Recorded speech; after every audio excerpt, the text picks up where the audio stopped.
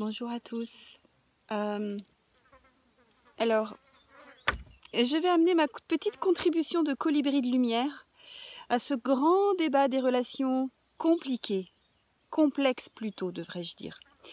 Alors, on a tous les noms, on a les relations sacrées, on a les flammes jumelles, on a les âmes sœurs, les âmes jumelles, les vraies, les fausses.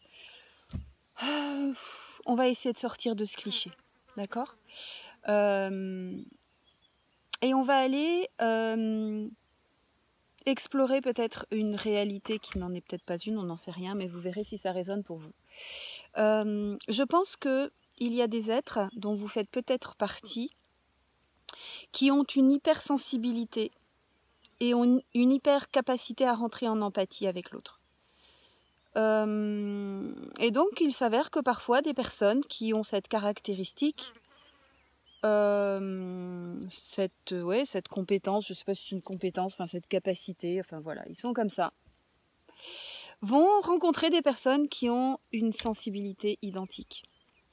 Et va se créer un système hyper connecté, énergétiquement ou pas, d'où qu'ils viennent, qui va faire que on va ressentir l'autre un truc de ouf. Et on va se sentir bien avec cette personne parce qu'au final, cette personne, elle est un peu comme nous et que elle nous comprend et que ça nous nourrit vachement.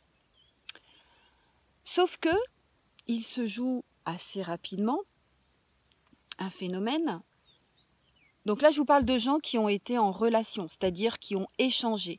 Ça ne veut pas dire qu'elles ont forcément vécu ensemble, mais en tout cas, elles ont été dans un intime. Elles n'ont pas forcément dormi ensemble, elles n'ont pas forcément mangé ensemble, elles n'ont pas forcément passé beaucoup de temps ensemble, mais j'ai envie de dire, il y a eu cette connexion énergétique corporelle forte qui fait que, un peu à la façon de E.T., si vous vous rappelez de ce film, où E.T. va explorer la cuisine et il tombe dans le frigo et il découvre des bouteilles et donc il prend ces bouteilles, il boit et il devient saoul. Et le petit garçon avec qui il est en symbiose totale est dans sa classe et ressent les effets de l'ébriété. Voilà, et c'est ça. Et donc du coup, qu'est-ce qui se joue ? Il se joue que tant qu'on ressent des choses positives, c'est le bonheur, quoi. C'est la spirale qui monte, jusqu'au moment où il peut y avoir le réveil d'une blessure, hein, parce qu'on en a tous. Et le problème est que chez ces gens-là, la blessure va prendre des proportions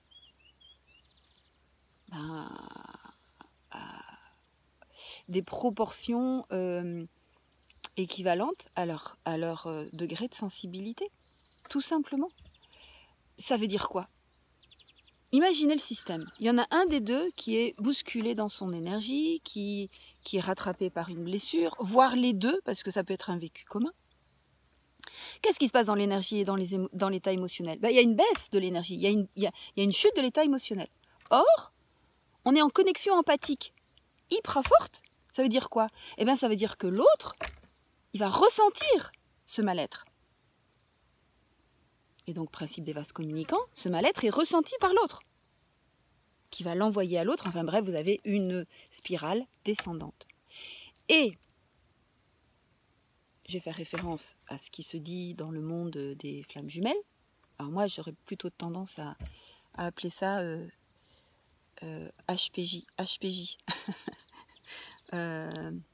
Hyper sensible. Flamme jumelle ou pas. Je vais vous dire à la limite, qu'est-ce qu'on s'en moque qu'on soit flamme jumelle ou pas. Parce que cette histoire de oui, parce que nous sommes flammes jumelles, nous allons nous retrouver dans cette vie, nous allons fusionner, ça va être trop bien, trop bien. Bon, ok, je vais pas me moquer, mais bon, je suis passée par là, je suis passée par ma nuit noire. J'ai passé 1 an à espérer, à chercher à comprendre, etc., etc. Et je me suis toujours dit, 1 an. Quand j'entendais les gens qui disaient « Ah mais moi ça fait 5 ans que j'attends ma flamme jumelle », je disais ça ne passera pas par moi. Flamme jumelle, pas flamme jumelle, j'en ai rien à faire. Je ne vivrai pas ça. Voilà, je ne vivrai pas ça, il en est hors de question.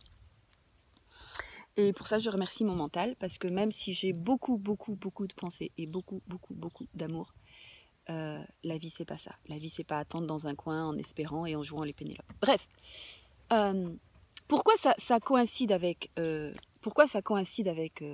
avec ce qu'on dit des personnes conscientes du lien à la base ou pas à la base, enfin bref, les personnes conscientes du lien. C'est-à-dire qu'il y a sur le couple, il y a une personne qui sait comment fonctionne le système énergétique, parce que plus ouvert à ce genre de choses, parce que plus en recherche, etc. Et puis l'autre qui est plus sceptique, plus rationnel, qui va, du coup, étant plus introverti, chercher à se changer les idées plutôt que d'aller creuser et d'aller fermer ses boucles cognitives. Boucle cognitive, c'est quand on se pose une question, on n'a pas de réponse. Donc la boucle reste ouverte. Et tant que la boucle reste ouverte, vous posez des questions. C'est pour ça qu'on parle aussi beaucoup de haut potentiel, parce que le haut potentiel est une personne qui, quand elle a des boucles ouvertes, devient complètement folle et n'arrive pas à passer à autre chose. Donc la personne qui est consciente de ce système énergétique et émotionnel est, entre guillemets, la seule qui pourrait rompre ou je trouve pas le terme, ou changer le cours ou infléchir la courbe descendante. Et c'est pour ça qu'on dit, il faut que vous soyez dans votre complétude, il faut que vous travaillez sur vos blessures, il faut que ci, il faut que ça. Parce que ça permet d'arrêter d'alimenter le moulin de la négativité de la blessure qui a été vécue. Que ce soit la blessure de rejet, que ce soit la blessure d'abandon, que ce soit la blessure de ci, de ça, de machin. À partir du moment où la personne vit une blessure, eh bien, qu'est-ce qui va se passer? Elle va être en souffrance. Et cette souffrance, elle va la passer, qu'elle le veuille ou pas, énergétiquement, émotionnellement, à son autre, qui est en résonance systémique avec elle. Voilà.